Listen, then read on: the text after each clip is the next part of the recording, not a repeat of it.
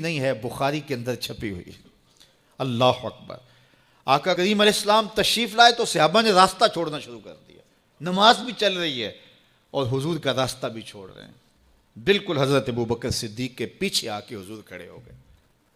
وابو بکر لا یلتفت یمینا ولا یسارا، جب آپ نماز پڑھتے تھے تو نہ دائیں دیکھتے نہ بائیں دیکھتے، پوری توجہ انہماک ہوتا. وہ اپنی کیفیات کے جہان میں ڈوبے تھے اور حضور آ کے پیچھے کھڑے ہو گئے.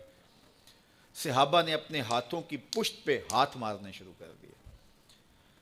مکعن و تصدیہ، قرآن نے تالی لگانا، سیٹی مارنا، یہ شیطانی اعمال ہیں، لیکن ہاتھ کی پشت پہ ہاتھ مار کے متنبع کرنا یہ مختلف مواقع کے اوپر یہ جائز ہے. تو اب جب حضور آ کے پیچھے کھڑے ہو گئے اور صحابہ سمجھے کہ حضرت ابوبکر صدیق ایک استغراق کے عالم میں ہیں، ایک کیفیت کے جہاں میں ڈوبے ہیں،